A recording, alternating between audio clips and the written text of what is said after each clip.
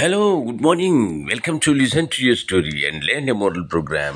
This is your storyteller, Kevin Narendra, English at Bay School, Vilpchatla, Musnur Mandal, Yellow District. Today's story is The Horse Thief. The Horse Thief. Uh, a man called Brian was resting under a tree while his horse grazed nearby. Soon he fell asleep. When Brian woke up, his horse was missing. He looked everywhere, but his horse was nowhere. Brian went to the nearby village and waved a stick, shouting, "Who stole my horse? I will teach the thief a lesson like I did last time." The frightened thief came there and said, "Here is your horse. But what did you do the last time when your horse was stolen?" Brian said, "Nothing. I bought a new horse."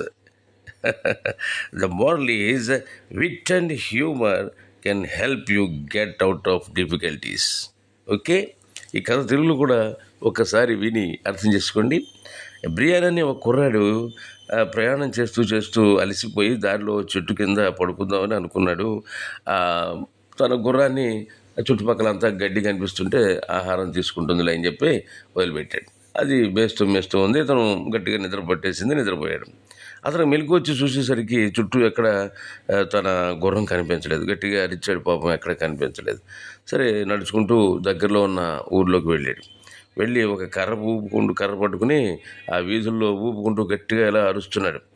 "నేను మామూలు వాడిని కాదు. నా గుర్రాన్ని దొంగిలించిన దొంగ ఎవరో మర్యాదగా బయటికి రండి. లేకపోతే ఇదివరకు ఒకసారి ఇలాగే జరిగితే నేనేం చేశానో ఇప్పుడు కూడా అలాగే చేస్తాను. వాళ్ళ సంగతి తేలుస్తాను" అని గట్టిగా అరుచుకుంటూ తిరుగుతున్నాడు. దాంతో ఆ దొంగ ఈ మాటలు విని, మా బాబోయ్, ఇతను ఏదో చేసేటట్టున్నట్లే అనుకుని బయటకు వచ్చేసి, "ఇదిగోండి సార్ మీ గుర్రం" అని గుర్రాన్ని తెచ్చి ఇచ్చేసాడు. ఇచ్చేసిన తర్వాత అడిగాడు, "ఏమండి, మరి ఇది వరకు మీ గుర్రం ఇలాగే పోతే ఏదో చేశానన్నారు కదా, ఏం చేశారండి" అని అడిగాడు. అడిగితే ఈ బ్రియాన్ ఏమన్నాడంటే, "నేనేం చేశాను నా బొందా, ఏమీ చేయలేదు, ఇంకో గుర్రాన్ని కొనుక్కున్నాను" అన్నాడు. దాంతో అది వచ్చిన దొంగ అవాక్కయ్యి వెళ్ళిపోయాడు.